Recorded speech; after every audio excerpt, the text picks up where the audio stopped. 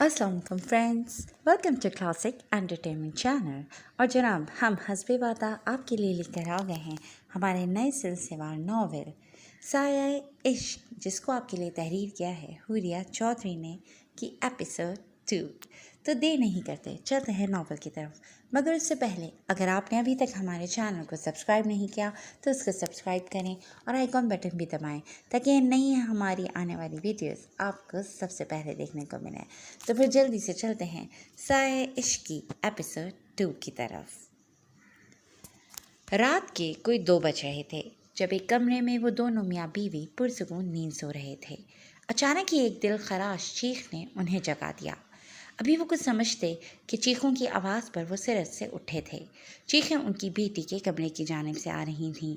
वो जल्दी से कमरे का दरवाज़ा खोलकर अंदर आए, जहाँ उनकी 10 साला बेटी कंबल में दुबकी पड़ी थी।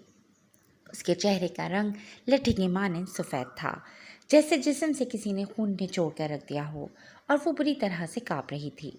वो उधर उधर कोई है। उसकी माँ ने करीब आकर उसे थामा। जब वो पीछे हटती, सामने देखते हुए बोली। उसके बाप ने देखा, लेकिन वहाँ कोई भी नहीं था।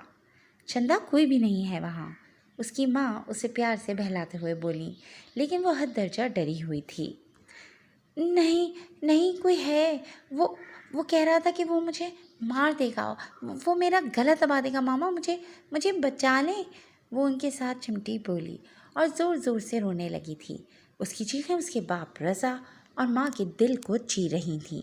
उसकी माँ ने उसे ज़ोर से खुद में भेजा। कोई भी नहीं है वहाँ, कोई हमारी बेटी को कुछ नहीं कह सकता, उसका बाप उसके पास बैठते हुए बोला, लेकिन वो ज़ारों कतार रोने में मसरूफ़ थी। सच में कोई था वहाँ। अपने माँ बाप को अपने पास पाती उसे कोई ढारस हुई, इसलिए हिचकियाँ लेती ही बोली, चंदा, शायद आपने कोई बुरा ख्वाब देख लिया है जिसकी वजह से डर गई हो। रज़ा, आप जाकर सो जाएं, मैं आज इसके पास ही रहती हूँ। वो अपनी 10 साल की बेटी के पास बाल सहलाते हुए बोली। एक ही तो बेटी दी थी खुदा ने उन्हें, उसकी बेसुकूनी उन्हें कैसे सुकून में रहने दे सकती थी। ठीक है, अगर कुछ हुआ तो बुला लेना, वो कहते बाहर निकल गए, जबकि वो हिचकियाँ लेती अपनी माँ के साथ लिपटी थी, जो उसे सुलाने की कोशिश कर रही थी।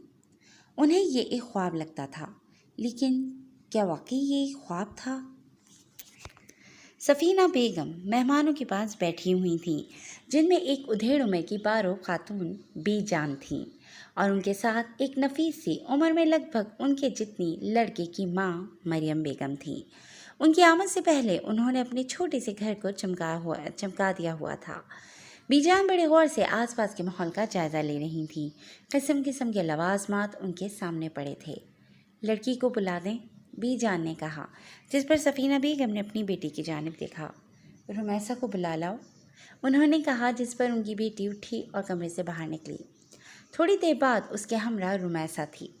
बीजान अपने सामने बैठी इस लड़की को गौर से देख रही थी। सर पर नेट का दुपट्टा ओढ़े वो कुछ नर्वस दिख रही थी। मरियम बेगम के लब मुस्कुराए थे। उन्होंने बीजान की जानिब देखा, जिन्होंने उन्हें एक इशारा किया। बीजान ने उससे थोड़े बहुत सवाल पूछे, जिनका जवाब देती वो कुछ देर और बैठने के बाद बर्तन उठाती चली गई। पीछे वो भी मजीद नहीं बैठे थे। वो अपनी क्लास की जानिब बढ़ रही थी जब राहदारी से गुजरते उसे 2 लड़कों ने रोका। अरे देखो तो, गुस्सा कैसे नाक पर है, उसके बदलते तासुरात देखते हुए एक बोला। सीधी सी बात है कि शराफत के साथ रास्ते से हट जाओ। अपना गुस्सा जब्त करते वो उन दोनों से बोली। वो यूनिवर्सिटी के किसी और डिपार्टमेंट से थे, जो उसका रास्ता बिला वजह ही रोके खड़े थे। पहली बात ये कि ये सीधी सी बात हम उल्टे लोगों को समझ नहीं आती, और शराफत के साथ क्यों, आपके साथ क्यों नहीं? दूसरा वाला उसे एक आंख मारते हुए बोला, जिस पर पहले वाला ज़ोर से हंसने लग गया। वो उन्हें नज़रअंदाज करती दूसरी साइड से गुजर जाना चाहती थी, लेकिन दरमियान में वो हाइल हो गए कि उस वक्त किसी और ने उसका हाथ पकड़ रहा था। क्या समझा था कि अकेली है तो कुछ भी कहोगे? आइंदा इससे 10 फीट दूर रहना, वरना अंजाम के जिम्मेदार तुम लोग खुद होगे। उसने उन दोनों को वार्न किया, जिस पर वो खिसिया कर 2 कदम पीछे हटे।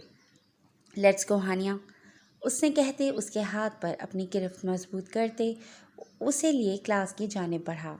वो भला कैसे किसी को उसे परेशान करने दे सकता था? हानिया सोचकर मुस्कराई थी।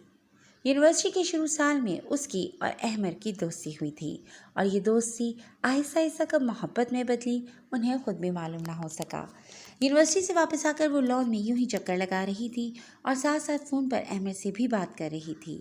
اس کا چھوٹا بھائی لان میں اپنی سائیکل چلا رہا تھا۔ اس کے گرد گھماتے اس نے ہانیہ کو آواز دی، جس پر وہ مسکراتے اسے سائیکل چلاتے دیکھنے لگی۔ اس کا دھیان بھٹکتے ہی وہ سائیکل چلاتا ایک طرف گرا تھا۔ ہانیہ وہیں فون چھوڑتے اس کی جانب بڑھی اور سب سے پہلے اس کی چھوٹی سی سائیکل کو ہٹایا جس کے نیچے وہ کراہ رہا تھا۔ اللہ، دکھاؤ مجھے کہاں لگی؟ اس کو اٹھاتی وہ پریشانی سے بولی، جبکہ اس کے چہرے پر درد اور تکلیف کے اثرات واضح دیکھے جا سکتے تھے۔ ہانیہ اسے کرسی کی جانب لائی جبکہ وہ لڑکھڑا کر چلا